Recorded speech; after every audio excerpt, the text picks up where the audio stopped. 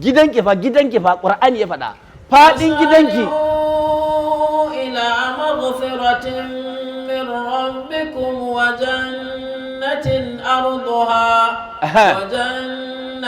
arduha as-samawati wal ardu uiddat lil muttaqin.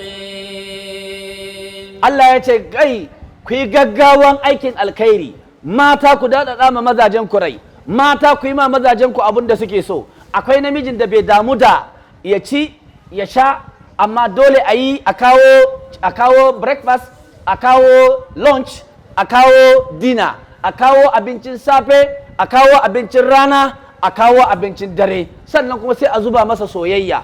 Akwai namijin da bukatan da yake so ya aure ki, bukata ki kwantar mishi da zuciya ne. Wannan harkan abinci in kin yi oho zai fita ya je ya saya da kuɗi ya je ya saya. In kin taimaka zai yi, amma ba zai fita ya je ya yi zina ba. Dole ke ne zaki kwantar mishi waɗansu abubuwa wanda zaki mishi a gida ke matarsa. To don haka ku mata abinda mazaje suke so a wurin ku kwanciyar hankali, daɗaɗɗen rai, farin ciki, murna, sakin fiska, lallashi, magana kaman ɗan ƙaramin yaro. Gashi mai gida ne, magana kaman ɗan ƙaramin yaro. Mai yanke mai ƙaramin yaro farce ake yi, yanke mai gidanki. Ainihin wato tace ma yaro kai ake yi, tace ma mai gidanki kai. Wanke ma yaro ƙarami kaya ake yi, wanke ma mai gidanki kaya. Mai gida wato oyoyo in ka yaro yana dawowa daga makaranta, in ka zo ka tare shi zai ji daɗi. Mai gida je ki tare mai gida zai ji daɗi. Wannan shine abin da mazaje suke so a kare ku. Allah ya muku albarka. Allah ya zo da matan duniya.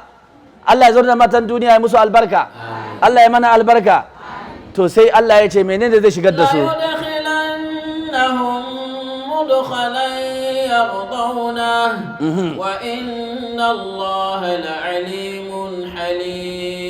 Allah ya ce bayan ya ba ku arzikin shiga aljanna, Allah sai ce to bayan haka nan aljannan nan ga yadda ake shiga, za mu shigar da su wato aljanna, kuma aljannan nan wani mashiga ne ta inda za su yadda da mashigan, wato shine aljanna.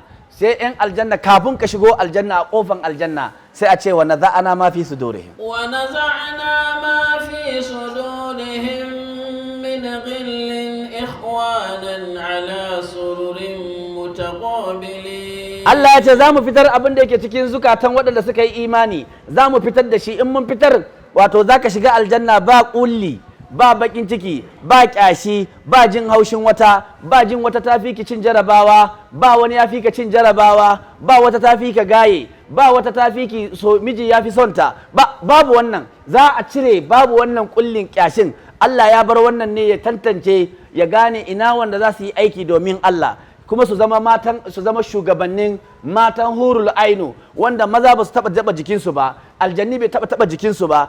Ke za ki zama shugaban waɗannan matan hurul ain. Sai Allah ya ce ba za ku shiga wannan aljannan sai an fitar da kulli da kyashi da bakin ciki da ɓacin rai, za ki shiga aljanna da aminci. In kun shiga ma me za a ce salamun menene? وسيق الذين اتقوا ربهم إلى الجنة زمرا حتى إذا جاءوها وفتحت أبوابها وقال لهم خزنتها سلام عليكم. الله أكبر. سلام عليكم طبتم فادخلوها خالدين.